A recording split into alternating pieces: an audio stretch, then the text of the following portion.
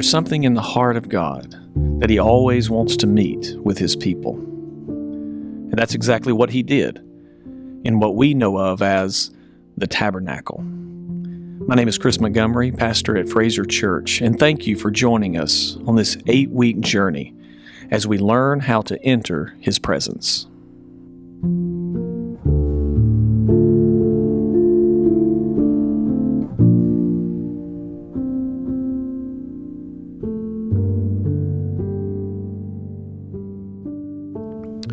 Welcome to day 28 of the Tabernacle.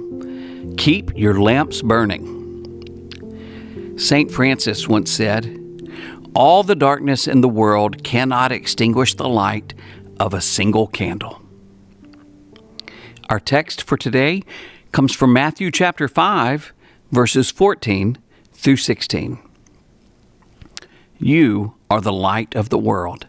A city set on a hill cannot be hidden.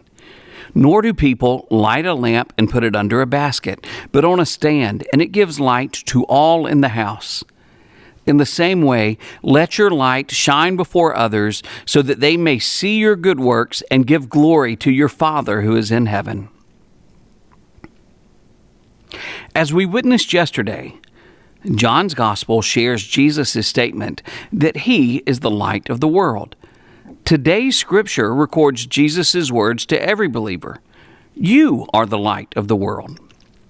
Scripture proclaims that Jesus is the light of the world while also declaring that His followers are the light of the world. Jesus illuminates the life of every believer so that every believer can shine for Him. Larry Fogel sums up this reality for every believer by relating our lives to the lampstand in the tabernacle. The golden lampstand was a shadow of the light of Christ in the church shining in a dark world. Just as the golden lampstand illuminated the holy place, Jesus and His followers bring illumination to the world. They do so with the bright light of God's Spirit dwelling in them. No one can hide the light that shines from a city set on a hill. One small light can be seen from miles around.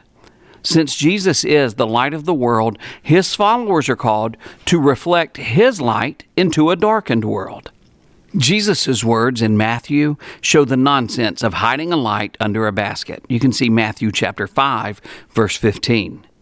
The reason someone lights a lamp is to spread light. So many times Christians refer to their spiritual journey as private.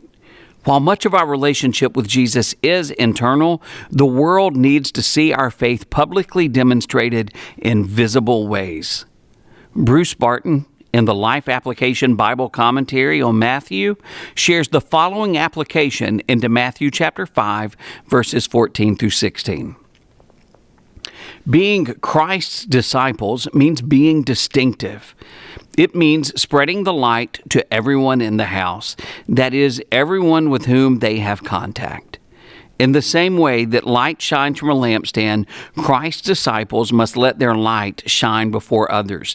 The very reason for the existence of that light is to illuminate, helping show people what to do and where to go.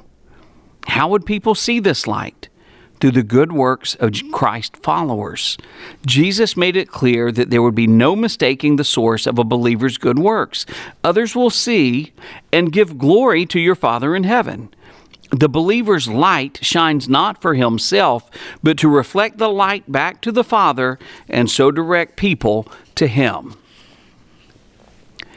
As a young child, I remember my mother preparing candles during bad weather that threatened power outages.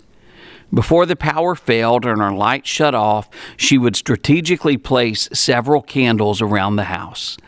Every room would have a candle. While the lights from our house were still working, the candles added very little light to an already lit room. Only when the power went out did the lighted candles fulfill their ultimate purpose. Just as my mother placed candles in each room to illuminate the entire house, our spiritual lives, properly displayed, give light to a lost and darkened world. You can see Matthew 5, verse 15. It is easy to downplay our effectiveness in life when our lights are shining in the presence of abundant light. The ultimate purpose of light is to shine into the darkness. May the glow from our witness reveal God to the world in the darkest of places. Some questions to consider. As we conclude this week, how do you connect the symbolism of light from the lampstand in the tabernacle to the light of the Lord in your life? Are there any ways you might be hiding your light for God? If so, how? Reflect and respond to the following quote by Charles Spurgeon. The Bible is not the light of the world. It is the light of the church.